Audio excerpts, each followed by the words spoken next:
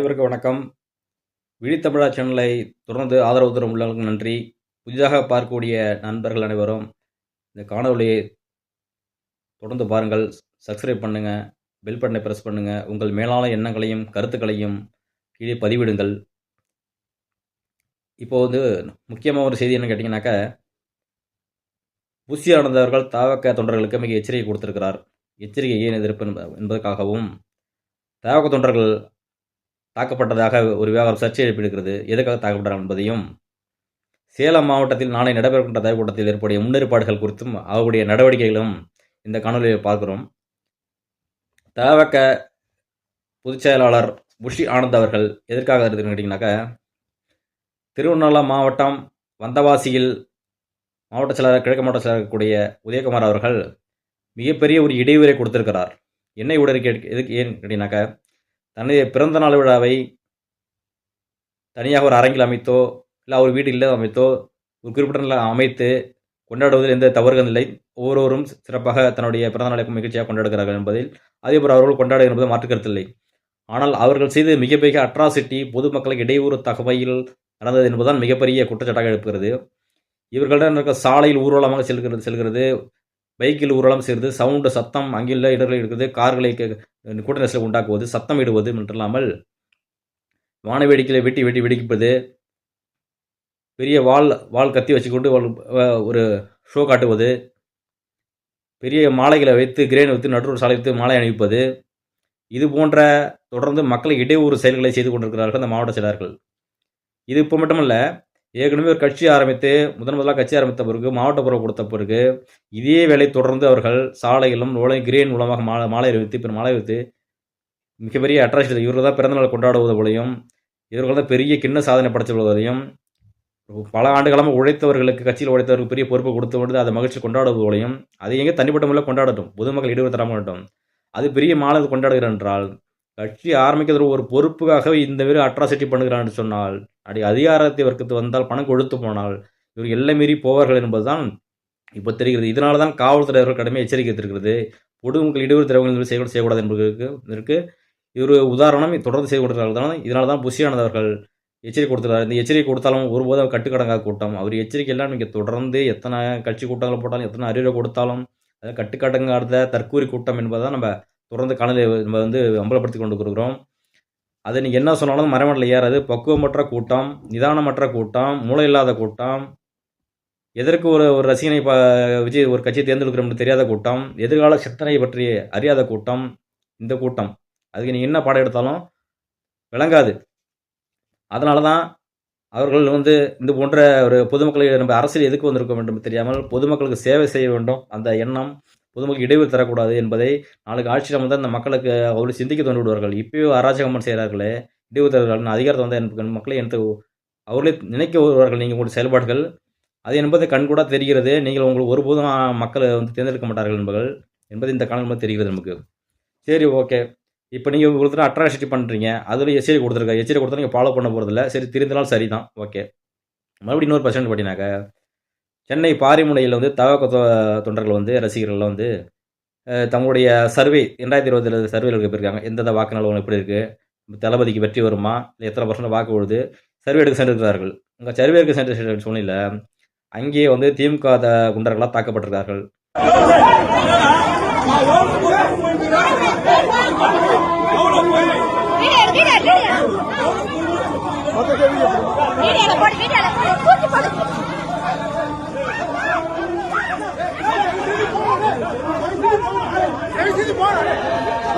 என்னப்பா விஜய்க்கு ஆதரவு பேசுறியாப்பான்னு கேட்காதீங்க. அதாவது ஒவ்வொருத்தரும் ஒவ்வொருடைய செயல்களை செய்வதற்கு உரிமை இருக்கிறது.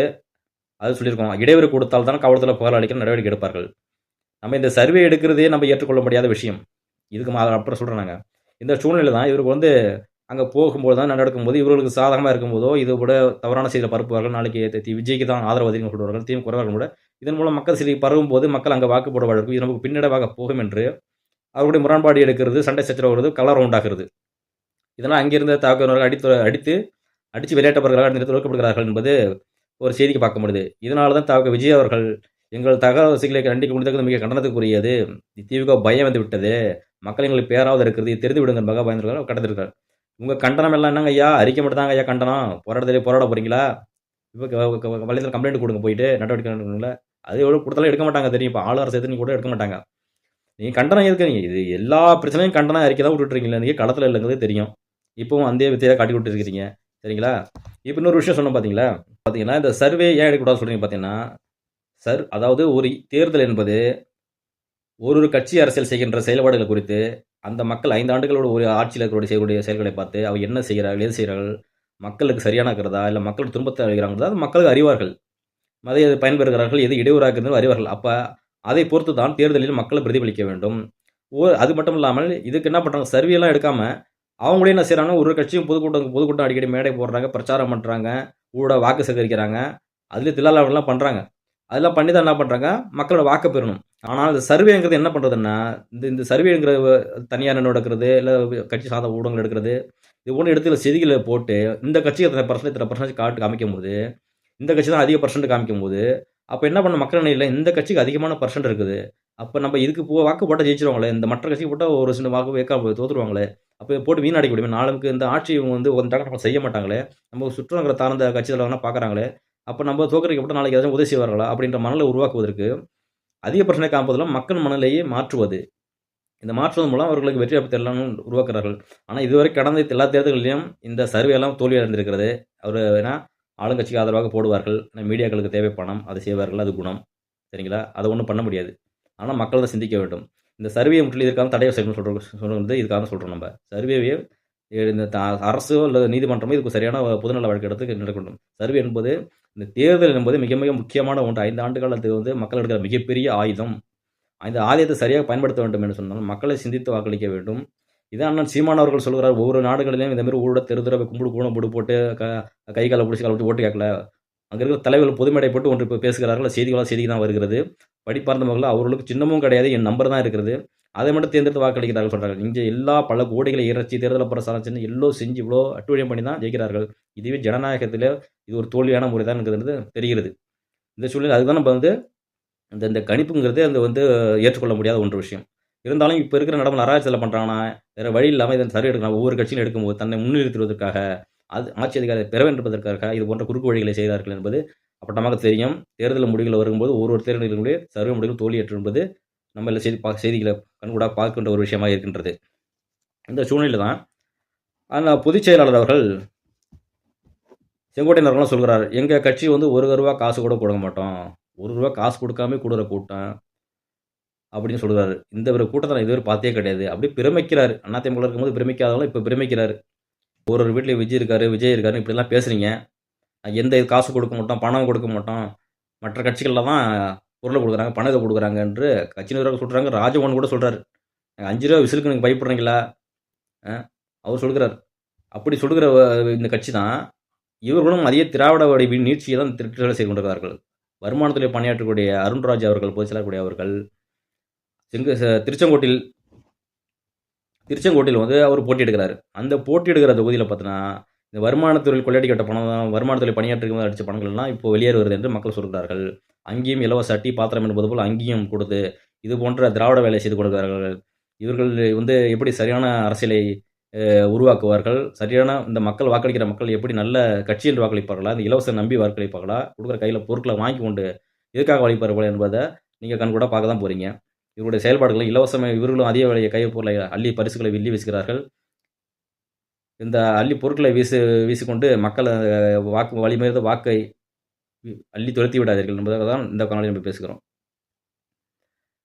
சரி, இப்படி உருட்டுறாங்கல்ல. ராஜமோகன் என்ன சொல்லியிருக்காரு பார்த்தீங்கன்னா நேத்தி, இப்போ வந்து திமுக வந்து நமக்கு முக்கிய தடை போட்டிருக்கிறது, விசில் அடிக்க தடை போட்டுக்கிறது. சேவாப்பாக்கம் பகுதியில் விசில் எடுத்து செல்ல தடை. அதை விட ரொம்ப பிரமிப்பா சேலம் பேசுகிற கிளப்பார். அவனு ஆக்ஷன் பண்ணி காமிக்கிறாப்புல. நீங்கள் பேட்டு கொடுத்தா என்ன பண்ணுவீங்க, பால் கொடுத்தா என்ன பண்ணுவீங்க அப்படின்னு கேட்டிருக்கீங்க. அப்போ விசில் கொடுத்தா அடிப்பாங்க கொடுப்பீங்க. கழுதை சொன்னால் அனுப்பீங்களா? காக்கா சொன்ன கொடுத்தா காக்கா கத்துவீங்களா? எருமை சொன்னால் எருமை இனிப்பீங்களா? ஏன்டா பைத்தியக்கார கூட்டங்களா? அவர் சொல்கிறாங்க பாரு, காக்கா விசில் எடுத்து விசில் அடிப்பான்னு சொல்லிட்டு அந்த சொன்ன கொடுத்தாங்கனாக்கா இதுலேருந்து என்ன வருது? நீங்கள் பக்குவமற்ற கூட்டம், சொன்ன பச்சு கேட்க மாட்டீங்க, பொதுவில் கண்டபடி ஊதுவீங்க. செங்கோட்டனே சொல்லியிருக்காரு, மருத்துவமனை பக்கம் ஊற்றாதீங்க, வாக்கு போயிடும். பொது இடங்களில் மக்கள் இடம் ஊதாதீங்க. இதே மாதிரி இடையூறு இடத்த ஊதினாக்க மக்கள் இரிட்டேட் ஆகிடும், வாக்களிக்க மாட்ட சொல்லியிருக்காங்களே. என்ன சொல்லியிருக்காங்க, நீங்கள் தற்கொலை கூட்டம் இந்த மாதிரி ஊதி கண்டபடி நீங்கள் மக்கள் இடையூறு கொடுப்பீங்க என்பதை தான் அந்த அரசு வலியுறுத்துக்கிறது. அரசுக்கு ஒரு அவங்களுக்கு ஆளும் அரசுக்கு ஒரு இது இருக்குது, சின்னத்தை வெளியே கொண்டு போகக்கூடாதுன்னு சொல்றீங்க. ஆனால் சின்ன எல்லாம் வெளியே மக்கள் சென்று விட்டது. இருந்தாலும் ஒரு அரசு இப்படி தான் கட்டுப்படுத்தும். அந்த சின்னத்தை நீங்கள் சின்னமாக கொண்டு 4-10 பேர் ஓடி போய் இந்த சின்னம் எங்கள் வாக்களிங்க சொன்னால் கிட்ட போகிறதில்ல. கூட்டமாக ரோட்டில் செல்வது அல்லது பர்மிஷன் இல்லாமல் பொது இடத்தை கூடுவது, அதுக்கு ஒரு வக்கீல் ஒரு அவங்க சொல்லி வளர்க்குறாரு. ஏன்னா எங்கள் சின்னத்தை கொண்டு போகிறது லெட்டு கொடுக்குறது நான் பர்மிஷன் கேட்கணுமா? அந்த காவல்துறை சொல்கிறார், லெட்டு கொடுக்குறது பர்மிஷன் கேட்கறதில்ல, ஒரு அதுக்கு குறிப்பிட்ட நபர்கள் கூட்டம் கூடினாலும் பொது இடத்திருந்தால் நீங்கள் பர்மிஷன் வாங்க வேண்டும் என்று சொல்கிறார். இதுதான் அந்த அறியாத கூட்டமாக இருக்கிறது அந்த தவக கூட்டம். இந்த சூழ்நிலையில் தான் சேலம் மாநாட்டுக்கு முன்னெடுப்புற படலாக ஒரு படை, பாதுகாப்பு படை அப்படிங்கிற ஒரு படை, ஒரு அதை பயிற்சி கொடுத்து அந்த பாதுகாப்பு எப்படி பயன்படுத்தணும், எப்படி முன்னுரிமை கொடுக்கணும், யாராருக்கு எப்படி பாதுகாப்பு கொடுக்கணும், எந்த இடத்துல கவனிக்க வேண்டும் என்ற அறிவுரை கொடுக்குறாரு.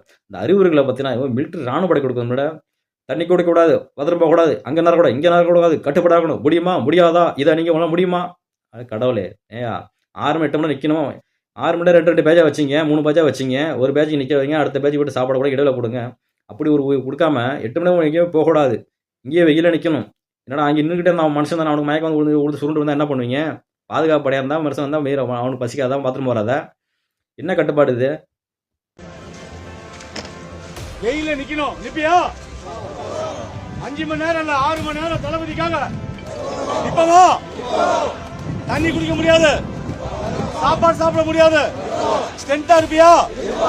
நம்மளுக்கு என்ன முக்கியம்? மக்கள் பாதுகாப்பு சொல்கிறார். இது மலைப்பகுதியாக இருக்கிறது, மலைப்பகுதியில் அணில் கூட்டங்கள் ஏறும், அதுவும் பாதுகாக்க வேண்டும். நீங்கள் ஓடிவாய் ஏற கணிக்க வேண்டும். கூட்டம் விஜய் வருகிறார் என்று சொன்னால் ஓடிடு கூட்டம் போது நெருங்குவார்கள், கூட்டம் நெருங்கி நெரிசல் உண்டாக்கும், அதை கட்டுப்படுத்த வேண்டும். எல்லாம் சரிதாங்க, பாதுகாப்பாக இருக்க வேண்டாம் அறிவுரை கொடுக்குறீங்க. ஆனால் இந்த மாதிரி சாப்பிடக்கூடாது, தண்ணி கூட பாத்ரூம் கூட அங்கே போட சொல்கிறீங்களே, அது இது எந்த வித நியாயமாக இருக்கும்?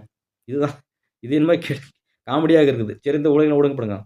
அந்த பாதுகாப்பு மண்டலில் வந்து செயல் நடத்தப்படுற அந்த நிகழ்ச்சி நடக்கிற அந்த இடத்தை வந்து காவல்துறைக்கு சோதனை செய்கிறாங்க. பொதுச் செயலாளர் இருக்கிறாரு, செங்கோட்டையன் இருக்கிறார், எல்லாம் பார்வையிடுறாங்கலாம். சரி, இந்த இடத்துல சரியாக இருக்குமா, கட்டுப்பாடு இருக்கிறதா, பேரிகள்லாம் போட்டுருக்காங்க, மலைப்பகுதியாக இருக்குது, எல்லாம் பாதுகாப்பு இருக்கான்னு எல்லாம் எடுத்துக்கிறாங்க. இந்த கூட்டத்தில் முக்கியமாக காவல்துறை ஏனுங்க அந்த அறிவிப்பு கொடுத்துருக்காங்கன்னு சொல்லிட்டீங்கன்னாக்கா, ஏற்கனவே பல இடங்களில் விஜய் தொண்டர்கள் கட்டுப்பாடு கிடையாது, மரத்தில் ஏறுவார்கள், சாலையில் அட்டூழியம் பண்ணுவார்கள், கம்பத்தில் ஏறினார்கள். இப்படி ஒரு சாலைகளே போகும்போது ஒரு மிகப்பெரிய ஒரு அணையர் சில கரூரில் சம்பவத்தை பார்த்துருப்பீங்க. அங்கே கட்டுப்பாடும் விஜய் இருக்கிற தொண்டர்கள் கட்டும் கிடையாது. விஜயை பார்க்கக்கூடிய ரசிகர் கூட்டம், மிகப்பெரிய சம்பவம் நடந்தது. அதனால தான் பாண்டிச்சேரியில் மிகப்பெரிய கட்டுப்பாக குறைந்தபட்சம் தான் வந்து அதுக்கு வந்து பாசு கொடுன்னு சொன்னாங்க. அதுலேயும் பாசத்துலேயும் உள்ள பிளாக்மெயிலில் பாசை வச்சு உள்ளே விட்டாங்க, கூட்டம் கம்மியாக இருக்குன்னு காமிக்கிறதுக்கு பாண்டிச்சேரியில். இந்தமாரி சம்பவங்கள் மறுபடியும் வந்துடக்கூடாது. ஏற்கனவே மிகப்பெரிய ஒரு சம்பவம் நடந்து விட்டது, காவல்துறைக்கு தலைக்குனிவு ஆகிடக்கூடாது. இந்த சம்பவம் திருப்பி கட்டுப்பாடு விதித்திருக்காங்க. 5000 பேர் மேலே அனுமதி கிடையாது, அனுமதிக்கு மேலே ஒவ்வொருத்தரும் பாஸ் இருக்க வேண்டும் என்று அந்த காவல்துறையில் அறிவித்திருக்காங்க.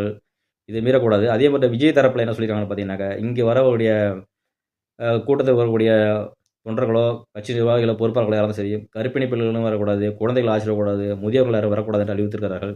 ஏற்கனவே இந்த மாதிரி சம்பவம் குழந்தைகள்லாம் பலியான சம்பவம், கரூரில் ஏற்பட்ட சம்பவம், பெண்கள் குழந்தைகள் முதல் பெண்கள் வரை இறந்திருக்காங்க, 40 பேர் மரணம்.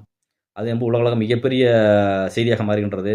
அந்த இதே போன்று இந்த சம்பவம் நடந்துடக்கூடாது. இன்னும் மலைப்பகுதியாக இருக்கிறனால மரத்து மேலே ஏறுவான், மலையிலேருந்து குதிப்பான். நான் அங்கேருந்து இங்கே ஈரோடில் பார்த்தீங்கன்னா சொன்னாக்கிறாரு, ஒருத்தர் கம்பமலை ஏற்றுற இறங்கினா தான் முத்தம் கொடுப்பாங்கிறாரு.